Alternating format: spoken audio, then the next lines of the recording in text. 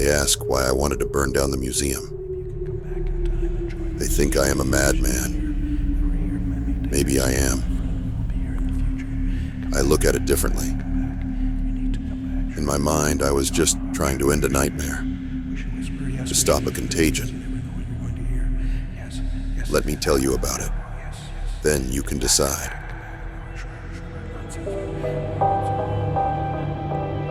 The museum was at the edge of town, a dark, brooding presence.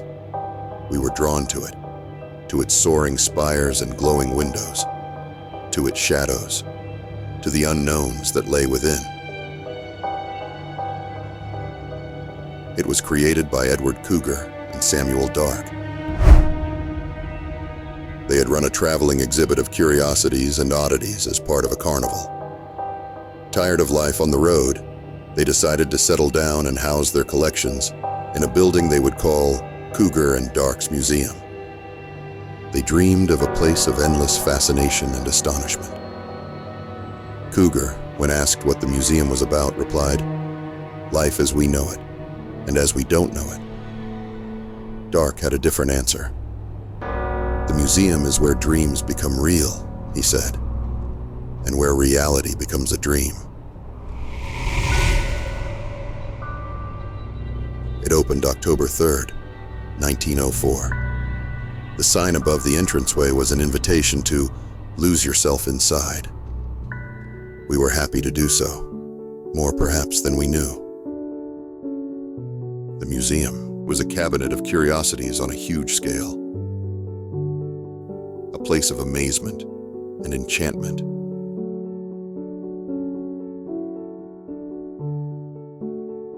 We flocked to the museum, unable to resist its sticky web of wonder.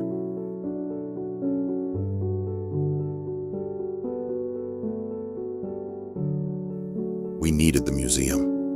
It fulfilled our desire to escape the everyday and see the exotic, the bizarre.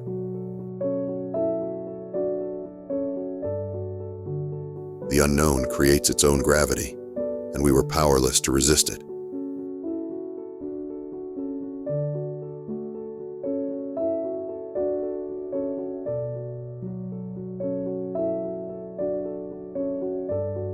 The exhibits were frozen moments in time. Behind the glass, nothing moved, nothing grew older, nothing decayed.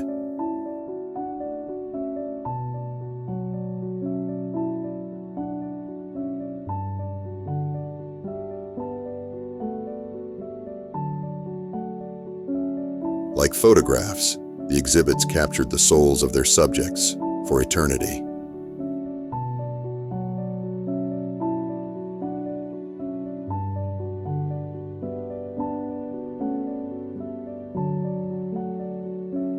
Hoping to stop time, to achieve a measure of immortality, visitors kept the portrait photographers at the museum busy.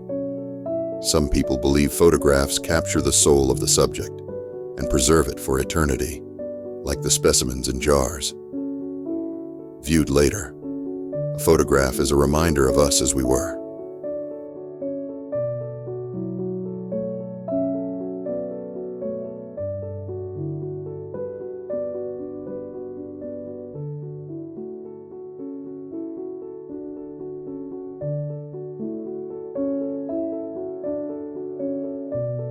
In the souvenir shop, you could buy a snow globe with a miniature of the museum inside. A world within a world. The world of the museum had started modestly in an abandoned church at the outskirts of town. Cougar and Dark had dreams for their museum. They planned and built and planned some more, always wanting to make it bigger. Bigger than any of us ever imagined. The museum seemed to grow unchecked, like a cancer. New wings and towers and levels appearing, metastasizing on other parts of the building. Inside and out, there was always construction going on, always new exhibits being created.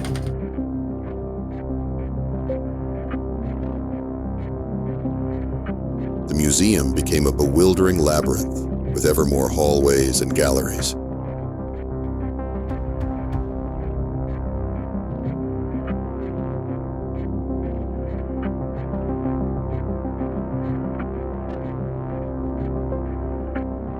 were many, many levels, some underground, like Dante's Inferno.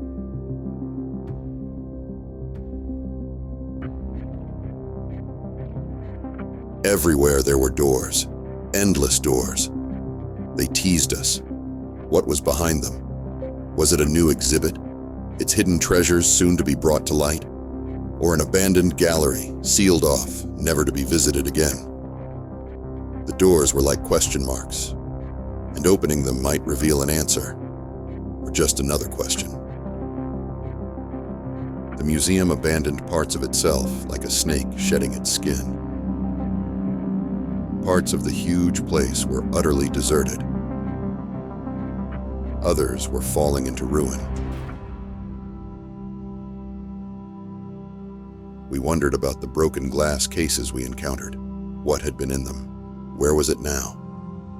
Were they merely clever teases meant to fire our imaginations, or to send a shiver down our spines? The museum's expansion never stopped. The promise of new exhibits, of more astonishing curiosities, made us want to lose ourselves inside. It was not unusual for visitors to find themselves in huge galleries full of empty cases, awaiting God knows what to fill them. Sometimes we saw massive crates being loaded in and wondered what they contained.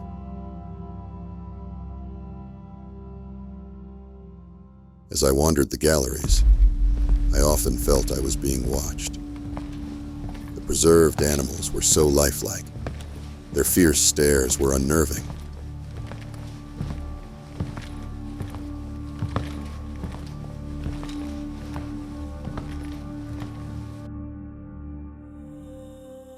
In the massive anthropology building, the figures of people from different times and cultures were like silent sentries guarding their histories. More than once, I mistook them for living people. It was easy to lose track of who was the exhibit and who was the observer.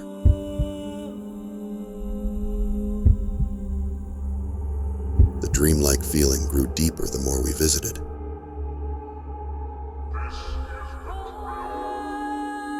There was something dark, something unsettling about the museum. Maybe it was the soul of the carnival cougar and dark had brought with them. Maybe in their museum they were unable to shake off their past as purveyors of the forbidden.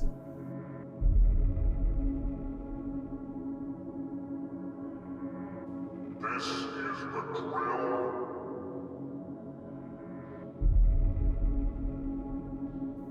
There were a few exhibits so disturbing, there were warnings outside the galleries that held them.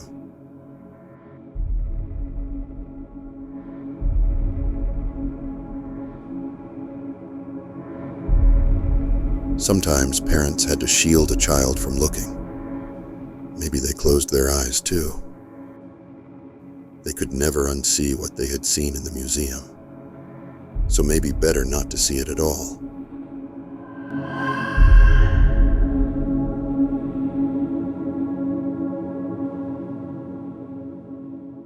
For young boys, the museum was a place to dare one another, to go into those troubling exhibits, to open a door, to sneak down to the dark subterranean levels, where some believed there were monsters.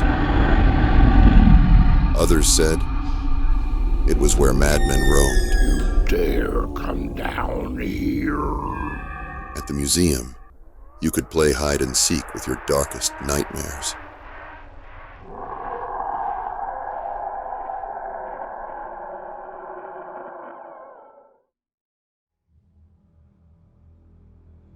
Many visits that started in wonder and enchantment took on a sense of unease, even dread. Feeling lost, visitors would look for a way out, an escape from the place they had come to for escape. The guards would point this way or that, describe a path through the labyrinth of galleries and stairways to a door that would lead outside. But as often as not, the door would be boarded up or missing altogether. Another guard would suggest a different route. It's not that we couldn't leave, it just wasn't easy.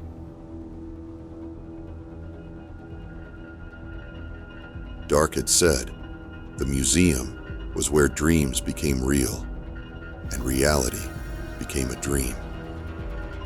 Maybe that was why it was so hard to know what was really going on in the sprawling complex of buildings at the edge of town.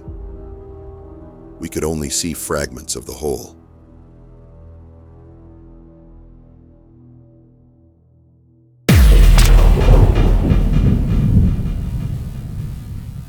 There were rumors, always rumors, of strange research and dark experiments being conducted in hidden labs at the museum.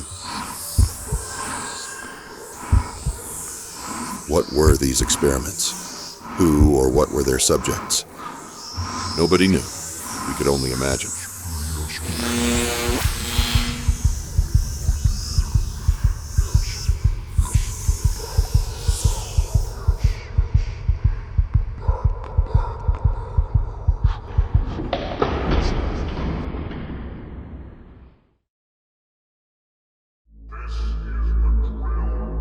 Cougar and Dark were immortalized in statues in the Great Hall. It was said they had died and were buried beneath the museum. But imaginative folks believed they were really immortal. You might even see them roaming the exhibits.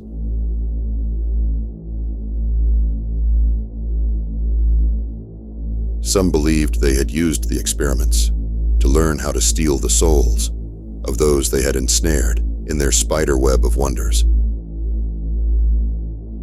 The legends about the museum, the fantastic stories, the dreamlike atmosphere, all became as much a draw as the exhibits. We went there curious and anxious. What would we see? What might happen to us? Was there any truth to the whispered rumors and speculation? No one kept track of who was there. Perhaps there was a dark motive involved.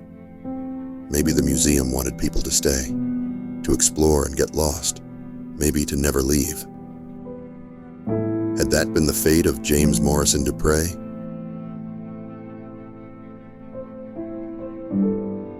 James visited the museum as a young boy with his family and a friend.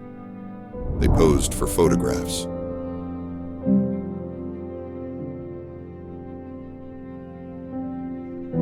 His mother took James and his friend to see the dinosaurs. Suddenly, James ran away, intent on seeing something. She soon lost him in the shadows. Where are you, James? He was never seen again. What happened to James? Did he venture into the mythic lower levels and encounter a monster? Did he fall down a deep stairway? What became of James Morrison Dupre? The police combed the vast labyrinth of the museum. They looked everywhere they could, but no trace was ever found of the boy.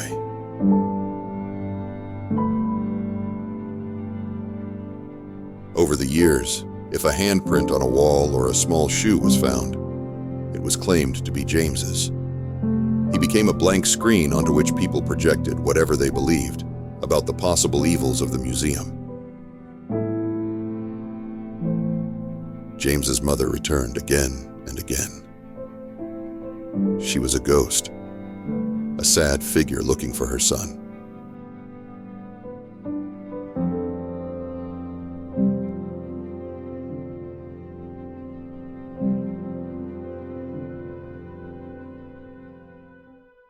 James Dupre. I knew that someday the truth would come out. James was gone, but his legend lived on, cast upon our memories like a seashell on a beach. Seashells. The museum had a gallery devoted to them. They were so beautiful. We never tired of their astonishing forms. The shells were mesmerizing and cast a spell of wonder on us.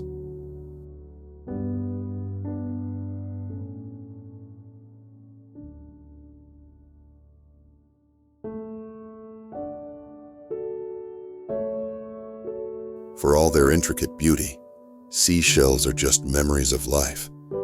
They're the abandoned homes for creatures long gone. The structures endure, but they're lifeless.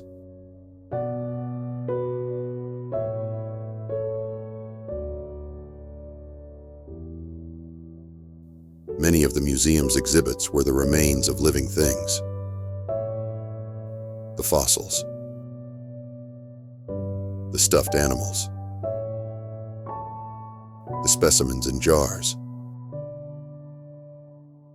the skeletons. The sense of lifeless bodies colored my perception of the museum's visitors. As I watched them, they seemed emotionless, their expressions blank. They lacked humanity.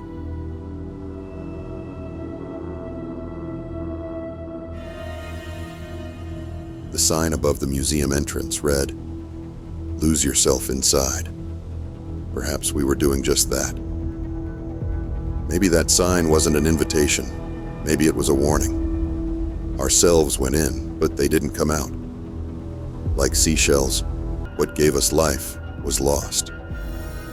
Maybe there was truth to the rumors that Cougar and Dark were thieves of souls. The visitors I saw didn't look lost in thought. They just looked lost. Lost. Like James Dupre.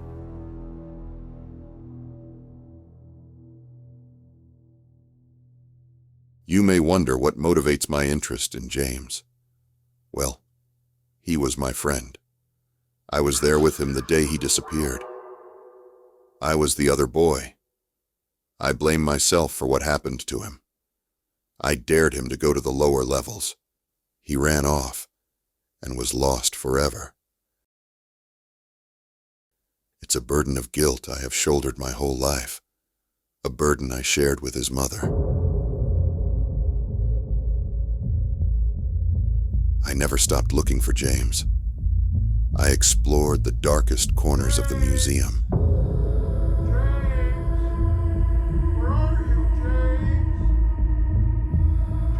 I went beyond where the police went. I saw things no visitor ever had.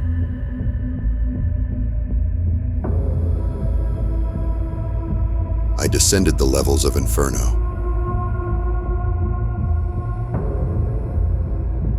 I opened every door I could. Where they might lead, I didn't know.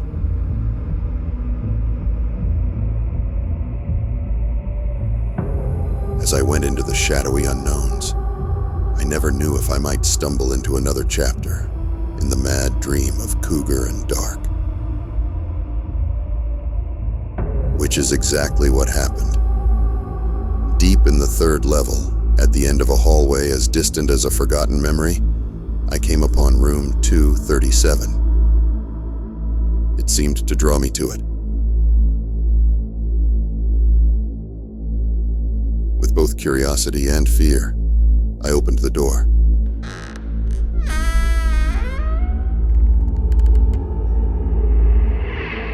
I heard breathing. It took my eyes a while to adjust. As if in a dream, I encountered a man sitting in a chair, waiting, like a spider in his web. Time stood still. We looked at each other. Even though his face was old, his hair wild, his eyes obscured by goggles, I somehow knew. I knew I had found James Dupre. He knew too. Several minutes passed, and then he spoke. Hello, my friend. After all these years, you finally found me. I'm sorry it has taken you so long to ease the burden of your guilt, but now you can be free. You must have many questions. Maybe I can answer some of them. That day at the museum started off so well. Mother took you and me around. On your dare, I ran off into the shadows. Where are you, James? I found myself in a strange and frightening world. Like Dante's Inferno, I was all alone. I don't know how long I was lost in that nightmare.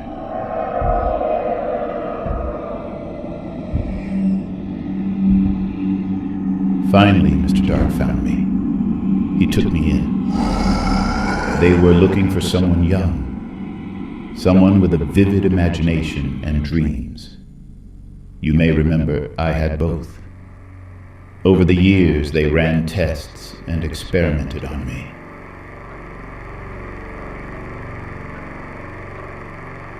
It turned out to be just what they needed.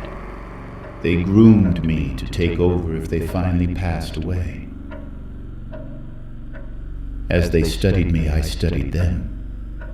I knew their ambitions, their methods. I discovered their secret. They had found a way to steal the souls of the museum's visitors. It was the source of their longevity. People are easily influenced. Cougar and Dark knew how to lure them in with the unknown, then hook them with wonder. They made visitors want to come back. The more people visited, the longer they were spellbound by the exhibits. The more they gave up a bit of their souls.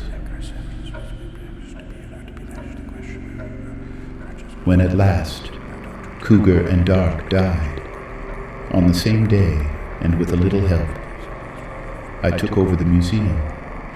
Like them, I have fed off the souls of visitors. They have given me life, a very special life.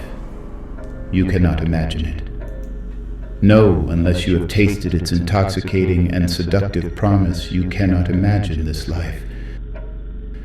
What I have planned next may not suit you. So, my friend, leave the museum and never come back. I will do what I must to live on. Maybe forever. Forever. Forever.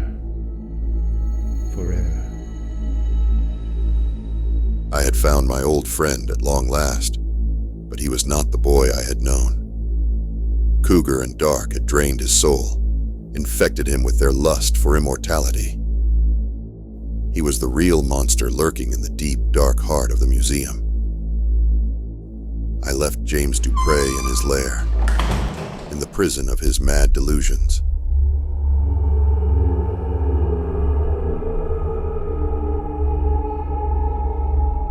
I made my way out of the darkness back to the light. I knew what I had to do. James had his plan, and I had mine. This is the drill. It took many visits. I knew the risk. I knew that every time I stepped into the museum, I would lose a bit of my soul. But that didn't stop me. Carefully, patiently, I made my preparations. Would a madman be so careful?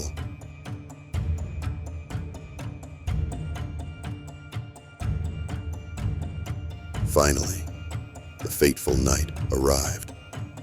Everything was ready. Closing time at the museum was midnight. That was my deadline. That's when everyone would leave and the doors would be locked. Then I could enact my plan. I roamed the galleries a final time. As midnight approached, I made my way through the shadows into the subterranean levels.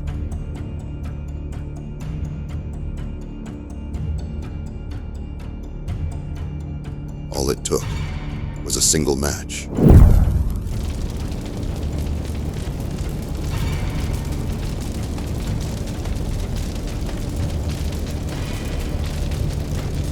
As the fire spread, it was time for me to escape. But the museum thwarted an easy exit. I thought I knew my way out of its maze, but in my haste, I took a wrong turn. The exhibits watched me. The museum ensnared me in its web. I was alone, lost in an inferno. I tried not to abandon hope. It was all I had. The fire raged on.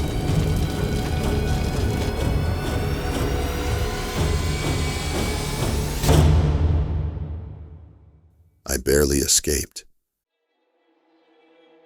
I didn't succeed in burning down the museum. It was far too big. A few buildings were destroyed, a few others severely damaged. I had wounded the museum, but I didn't kill it.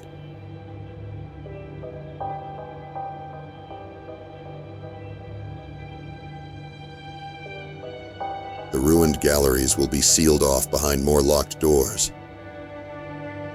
The empty rooms will endure like lifeless seashells.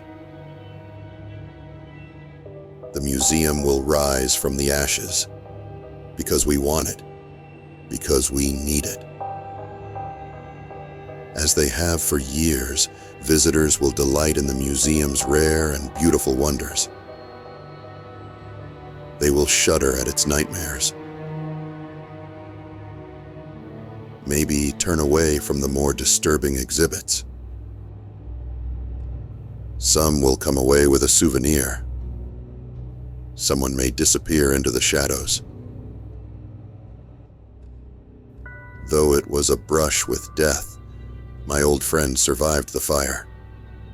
James Dupré will carry on the dreams of Cougar and Dark.